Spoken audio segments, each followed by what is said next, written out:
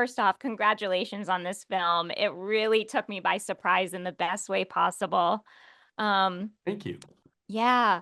Molly, I loved how this film and your beautiful performance sort of reclaim the narrative of the overreacting, crazy girlfriend trope that is so ingrained in our culture and has bled through the way I think as women we view ourselves in relationships and doubt ourselves and our instincts. Can you talk about the importance for you to give validation to Iris's very real and relatable emotions through kind of leaning into the humor and the heartache of, her situation? Yeah, I mean, I think that I really have always been interested in that thought of, are women crazy or are they driven mad? And I think when a woman is not listened to, or when someone is not being honest with her, it is maddening. And there's so much humor in that paranoia and madness of love lost.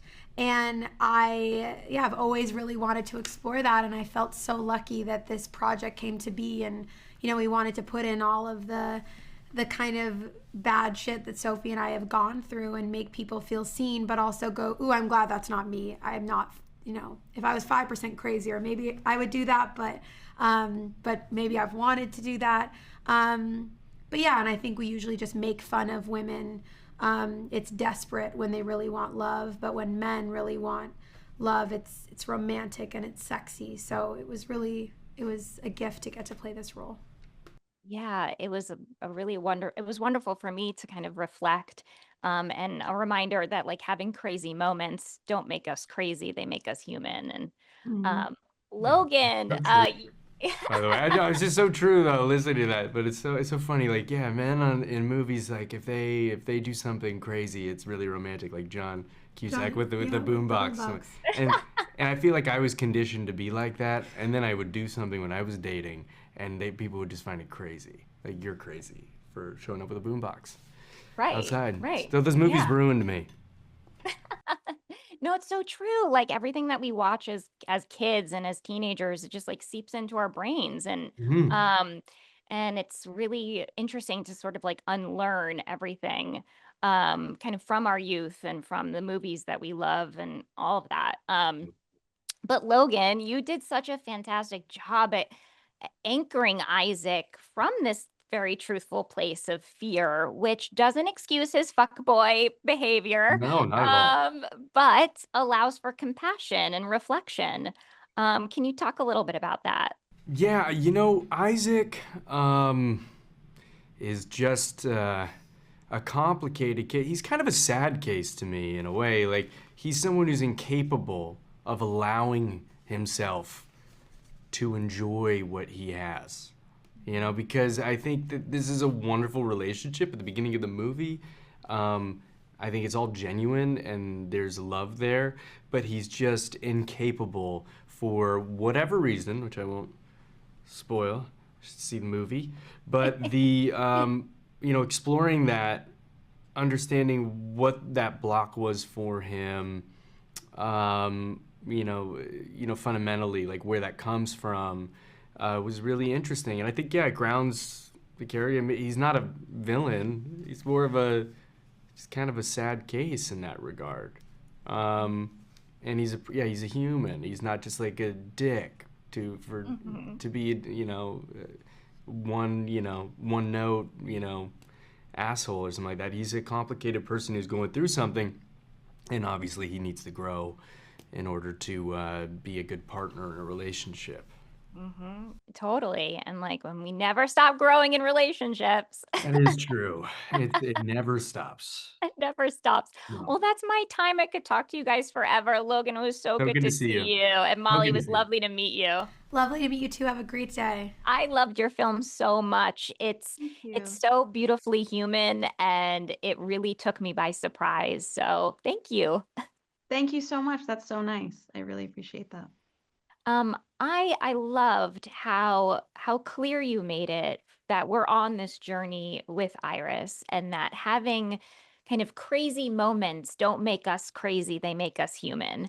Can you talk about why it was important for you to show that perspective and validate her experiences, even, through the more questionable actions? Yeah, of course. I mean, I think there is such this thing in our culture where it's so easy to label a woman crazy, right? And yeah, for sure, she does some crazy stuff in this movie, but it doesn't come out of nowhere. It's really a reaction to his behavior.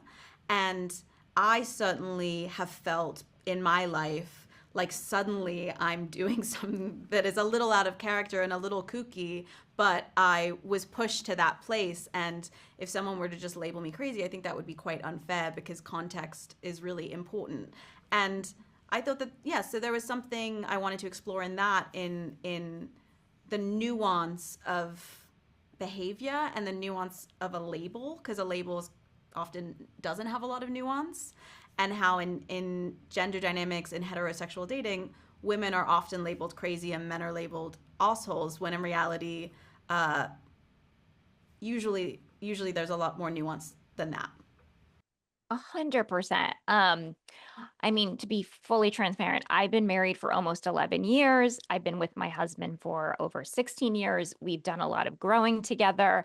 And I I was just so thankful for the way that you unraveled this story, because it was so refreshing and it was so truthful, because as you mentioned, it's so much more nuanced than that.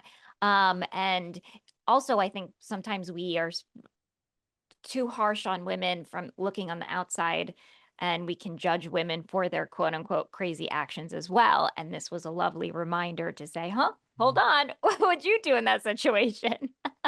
um the majority of this film takes place in this gorgeous cabin in the woods.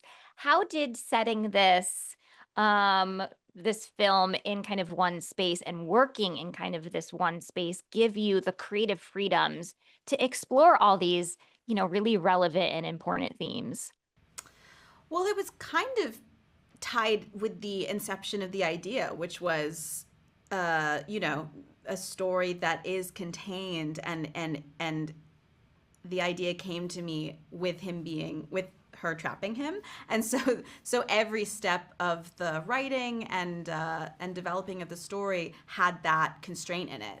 And I think when you have a constraint like that, it pushes you to think of how you can be as creative as possible, in other ways, right? Because we all kind of stuck in this space.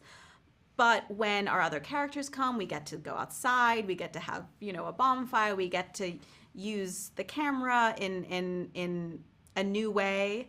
But certainly being in that house that was so beautiful, and our production designer April did such an incredible job.